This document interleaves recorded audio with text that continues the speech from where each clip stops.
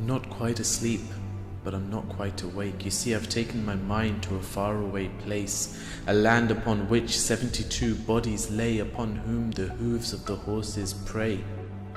I look up and see the crimson sky, red upon orange. I see clouds floating by. Looking down at this desperate sight, women and children running from 10th satellite, their hearts filled with so much fright, running into the depths of their darkest night. In the eyes of the helpless victims there is nothing but fear, yet the eyes of the beasts are red with a lustful blood so severe. The air shudders under the strikes of their whip. I see small delicate strands of hair in a tyrant's grip. This is a land that is like no other, where the cries of the men of Hashim have been smothered. I see women crying, some for their brothers, weeping whilst rocking a small cradle. I see a young mother. This is a land about which preachers pray, speakers say, where dreamers lay, where leaders stay, where believers don't betray, where seekers aren't dismayed. This is a land where revolutions start, disillusions part, all solutions are, a land that lives in the loved one's heart.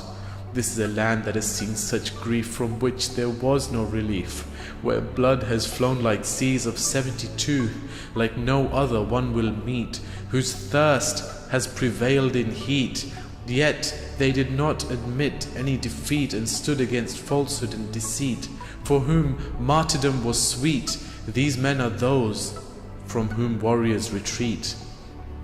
You see, long ago that die was cast, when on that plain everyone stood amassed. History gives us evidence of the contrast between the oppressors and the harassed. When we look at the world today, we see the oppressors still stalking their prey. We see innocent lives being pawns of play. We still see that the innocent necks are slayed, bodies brushed under the rugs by bloodied hands. But you see, all of this is planned. There is freedom in speech, but to talk of this is banned.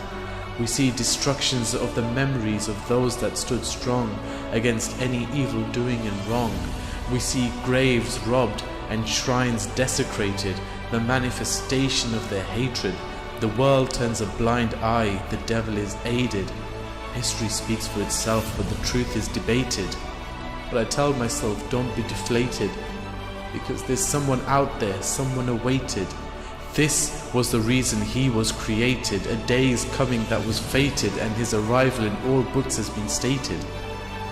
I pray for a day when I can stand without any threat in front of the shrines of Fatima and Zainab and express my upset at the way they were treated by their nation, express my frustration at this aberration. There is so much that I want to say, but I can't because of the world today, because my body cannot take me to a place with different skies. All I can do is sit on the ground and close my eyes in a state where I'm not quite asleep, but I'm not quite awake. So I let my mind wander away to that faraway place.